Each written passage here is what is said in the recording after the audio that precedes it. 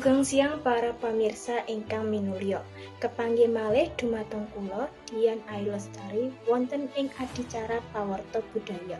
Dinten menika kita badhe ngerambak ngenani salah satunggaling warisan budaya ingkang sampun misuwur dumugi mancanegara. Inggih menika tari gandrung saking Kabupaten Banyuwangi.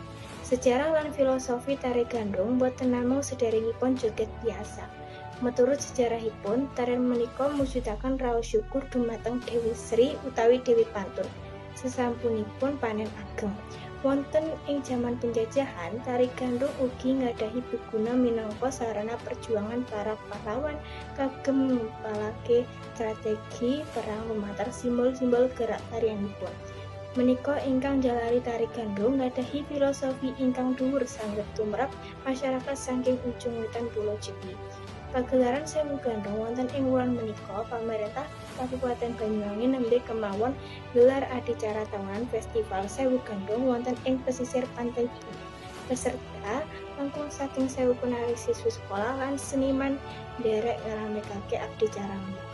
Para penari nggunakake busana khas awujud omprok, sampur abrit lan kipas. Adicara menika kasil menarik kawigatosan para wisatawan saking domestik ugi mancanegara. Sangga saged ngunggahaken ekonomi kreatif masyarakat lokal. Pemerintahan ngajak supados para muda saged terus nglestarekaken tarian menika. Amargi tari gandrung sampun dipunakoni minangka warisan budaya tak benda dening.